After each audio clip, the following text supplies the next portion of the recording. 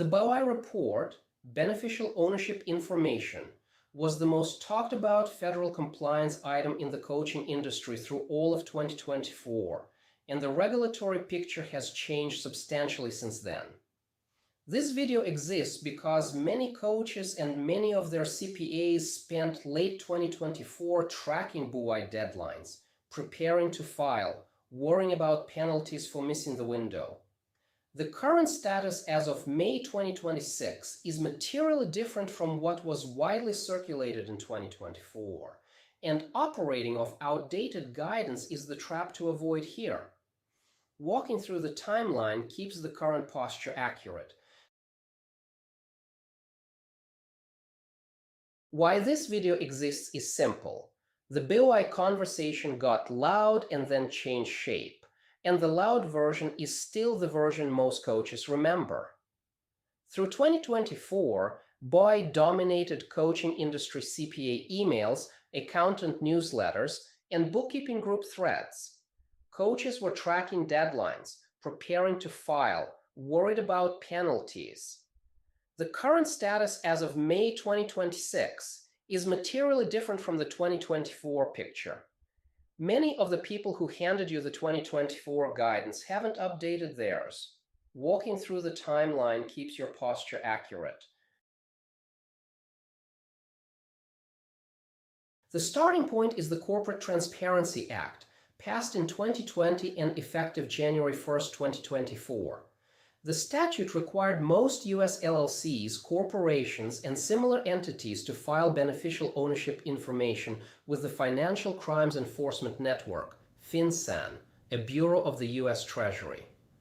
The filing identified the individuals who owned or controlled the reporting entity. The first year of implementation, 2024, produced 2.5 years of constitutional litigation, multiple federal court injunctions, conflicting circuit rulings, and significant uncertainty about whether domestic entities would actually be required to file. That litigation history is the runway into the current rule. March 26, 2025 is the date that reshaped the compliance picture for domestic entities. FinCEN published an interim final rule on that date that narrowed the filing requirement to foreign reporting companies only. Entities formed under foreign law that have registered to do business in a U.S. state. All entities created in the United States, domestic LLCs, corporations, partnerships, and their beneficial owners, became exempt from the filing requirement going forward. The rule was framed as interim, which preserves the regulatory option to reverse it through future rulemaking. But its current effect is that the large majority of coaching LLCs sit in the exempt category. Translating the interim final rule into entity-by-entity status takes one short table.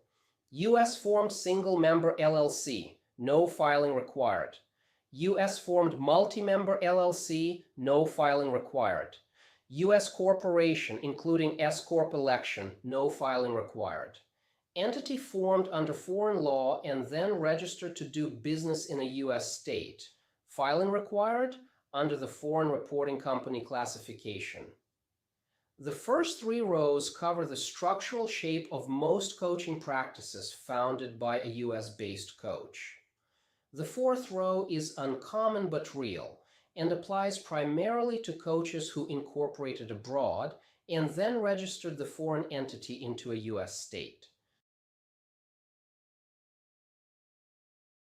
The constitutional picture matters because it determines whether the interim rule has stable footing or sits on top of an unstable statute. The 11th Circuit ruled on December 16, 2025, in NSBU versus U.S. Treasury, upholding the Corporate Transparency Act's constitutionality. The statute itself is valid law. FinCEN is electing, through the interim final rule, not to enforce the filing requirement against domestic companies. That separation is worth seeing clearly. The statute is intact. The enforcement posture is the variable. A future administration could reverse the interim rule through notice and comment rulemaking and reinstate domestic filing requirements without needing congressional action.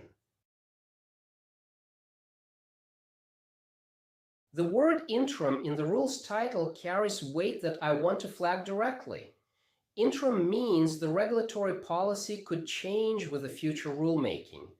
The exemption is administrative discretion under a constitutional statute, not a statutory carve-out that Congress wrote in.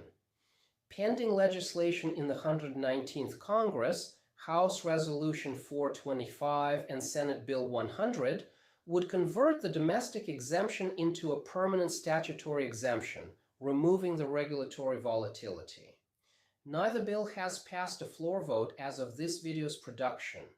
The current exemption holds until rulemaking changes it or until legislation makes it permanent.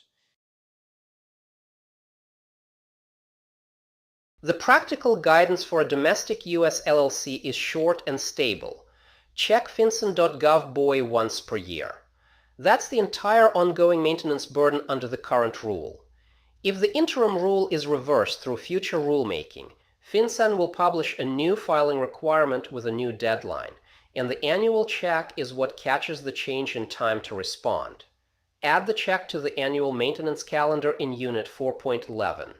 The annual check takes about 2 minutes.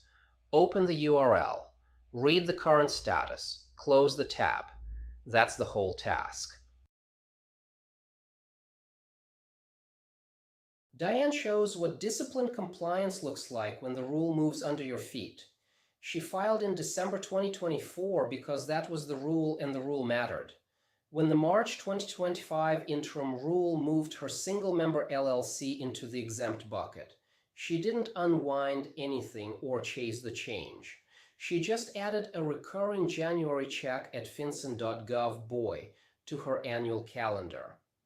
That is the entire practitioner posture for this domain. Act on the rule that exists at the time you have to act, then schedule the look back so the next administration's policy shift doesn't catch you flat-footed in March. Penalties remain on the books for entities that are required to file and don't, which is worth understanding even though they don't currently apply to domestic LLCs. Civil penalties under the Corporate Transparency Act run up to $591 per day of non-compliance. Criminal penalties can reach $10,000 and 2 years of imprisonment for willful failure to file. Those penalties exist in statute and have been upheld as constitutional. They currently apply only to foreign reporting companies.